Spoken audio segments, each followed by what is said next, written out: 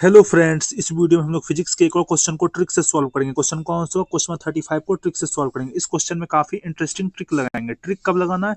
Trick तब लगाना है जब एक्चुअल मेथड से क्वेश्चन सॉल्व करना नहीं आता है। अगर एक्चुअल मेथड से क्वेश्चन सॉल्व करना आता है तब एक्चुअल मेथड से ही क्वेश्चन को सॉल्व करोगे, तब ट्रिक नहीं लगाओगे। पहले जो क्वेश्चन एक्चुअल मेथड से सॉल्व हो जाता है उस सभी को एक्चुअल मेथड से सॉल्व कर लोगे। फिर जो क्वेश्चन अपना बच जाएगा, मतलब जो क्वेश्चन हम लोग से सॉल्व नहीं हो पा रहा था या फिर जो क्वेश्चन सॉल्व करना नहीं आता था, उस सभी क्वेश्चन को एग्जाम में छोड़कर नहीं आओगे, उस सभी क्वेश्चन को ट्रिक लगाकर सॉल्व करोगे, ताकि जो हम लोग का ओवरऑल मार्क्स है वो एग्जाम में इंक्रीज हो सके, हम लोग का ओवरऑल मार्क्स एग्जाम में बूस्ट हो सके। अगर आपको बहुत कम टाइम में जेई मेंस के मार्क्स को बूस्ट करना है ना, तो मैंने आपके जेई मेंस का मोस्ट रिपीटेड 40 क्वेश्चन प्रिपेयर किया है। इसके साथ साथ फिजिक्स का फॉर्मूला सीट और केमिस्ट्री का रिवीजन सीट भी प्रिपेयर किया है। इस पीडीएफ को आप बहुत आसानी से 4 से 5 डेज में कंप्लीट कर लोगे। इस पीडीएफ को कंप्लीट करने के बाद आपका जेई मेंस में मिनिमम 80 मार्क्स गारंटीड हो जाएगा। तो इस पीडीएफ को आप कैसे एक्सेस कर सकते हो? तो आप मेरे कमेंट सेक्शन में जाओ, वहाँ पे मैंने सारा डिटेल्स दे रखा है कि आप पीडीएफ को कैसे एक्सेस कर पाओगे। केवल ट्रिक सीख कर जाओगे ना तो आपका जेई मेंस में मार्क्स इंप्रूव नहीं हो पाएगा। ये मत सोच लेना कि केवल ट्रिक सीख लेने से आपका जेई मेंस में मार्क्स इंप्रूव हो जाएगा, बिल्कुल भी नहीं होगा। तो पहले क्या करना है?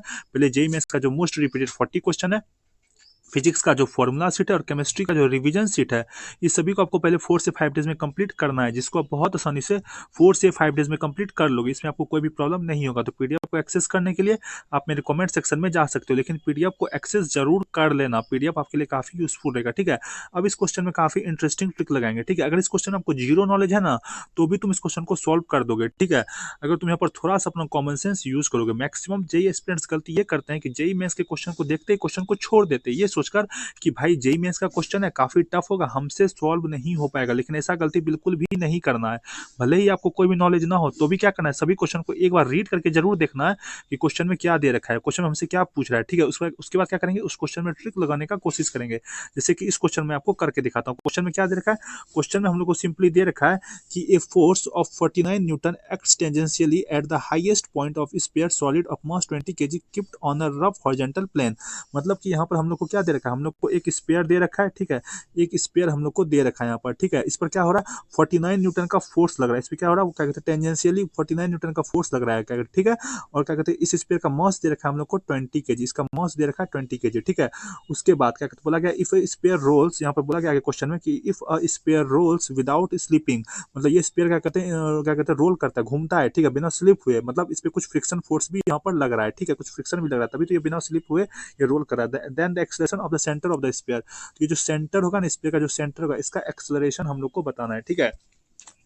तो अगर आपको ये क्वेश्चन एक्चुअल मेथड से सॉल्व नहीं करने आता तो भी इस क्वेश्चन को तुम सॉल्व कर दोगे। यहाँ पर कॉमन सेंस यूज करो, ठीक है। तो सबसे पहले क्वेश्चन में क्या क्या डेटा दे रखा है उसको हम लोग पहले क्या करते हैं, लिख लेते हैं। तो क्वेश्चन में हम लोग को डेटा दे रखा है फोर्स। क्वेश्चन हम लोग को फोर्स दे रखा है, कितना दे रखा है फोर्स? फोर्स दे रखा है 49 न्यूटन, ठीक है। फिर हम लोग को दे रखा है मास, मास भी हम लोग को दे रखा है कितना, 20 kg।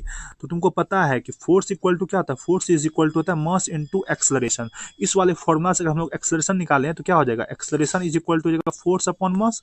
तो फोर्स क्या है अपना यहाँ पे 49 है अपॉन 20। जब तुम इसको सॉल्व करोगे ना तो ये आएगा 2.5 मीटर पर सेकेंड स्क्वायर, 2.5 मीटर पर सेकेंड स्क्वायर आ जाएगा, ठीक है। तो यहाँ से क्या कहते हैं, इस वाले फॉर्मुला से force is equal to mass into acceleration, इस वाले फॉर्मुला से अगर हमने एक्सेलरेशन कैलकुलेट किया तो ये आ गया 2.5 मीटर पर सेकेंड स्क्वायर।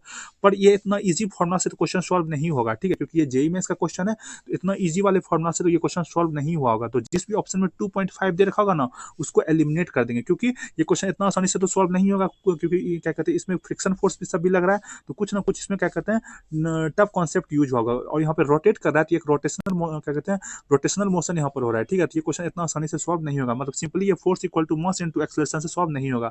तो यहाँ पर अगर तुमने simply force equal to mass into acceleration से सॉल्व करके देखा तो यहाँ पर आ गया अपना क्या चीज, 2.5 आ गया। तो जिस भी ऑप्शन में 2.5 दे रखा होगा उसको एलिमिनेट कर देंगे। अगर तुम यहाँ पर सभी ऑप्शन को ध्यान से ऑब्जर्व करो तो ऑप्शन नंबर 3 में क्या दे रखा है, 2.5 दे रखा है। तो उस बेसिस पर हम क्या करेंगे, ऑप्शन नंबर 3 को एलिमिनेट कर देंगे, क्योंकि 2.5 नहीं हो सकता, ठीक है। अगर तुम ऑप्शन नंबर 4 पर फोकस करो तो ऑप्शन नंबर 4 में क्या देखा है, 0.25 दे रखा है। तो अगर तुम यहाँ थोड़ा सा सोचो तो ऑप्शन नंबर 4 को किस तरह से क्रिएट किया है, देखो 2.5 होगा आंसर, मतलब 2.5 अगर इस तरह से सॉल्व किया होगा तो 2.5 को क्या क्या है, यहाँ जो डेसिमल इसको आगे की तरफ ले आया, ठीक है, और इसको क्या बना दिया, 0.25 बना दिया। मतलब 2.5 से ही 0.25 को क्रिएट किया है, मतलब 2.5 से 0.25 को क्रिएट किया। तो उस बेसिस पर हम लोग बोल सकते हैं कि हम लोग का ऑप्शन नंबर 4 भी गलत होगा। क्यों? क्योंकि अगर ऑप्शन नंबर 3 रॉन्ग ऑप्शन है तो ऑप्शन नंबर 4 भी रॉन्ग ऑप्शन है, ठीक है।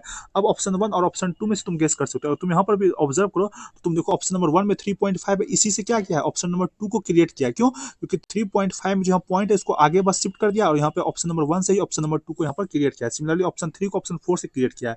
चूंकि ऑप्शन नंबर 3 रॉन्ग ऑप्शन है तो उस बेसिस पर हमने ऑप्शन नंबर 4 को भी एलिमिनेट किया।